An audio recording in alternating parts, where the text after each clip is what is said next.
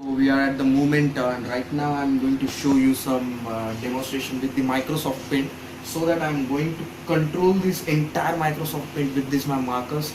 And I'm just replacing this red my previous token with this red color paper, and you can choose any kind of color that that suits the best for your marker system. You just need to edit the code, and you just need to do some alterations in order to change your token. So right now I'm using this red token, and I'm going to show and what I'm doing is I will draw some shapes, I will draw some lines, and so that you can understand how it tracks. Usually it going to control this entire system. So I think we will start this, and so I will just set up my system first. So I'm going to choose the shape right now.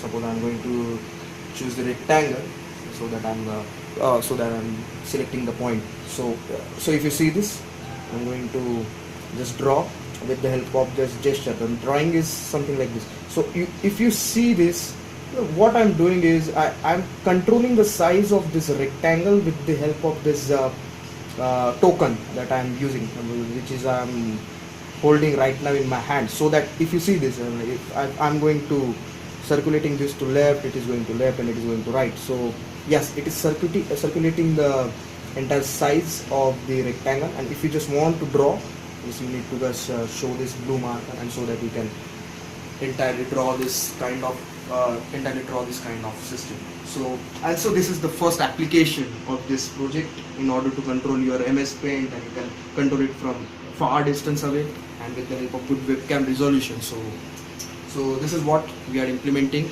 and for more applications we are going to generate some demos. So thanks for watching.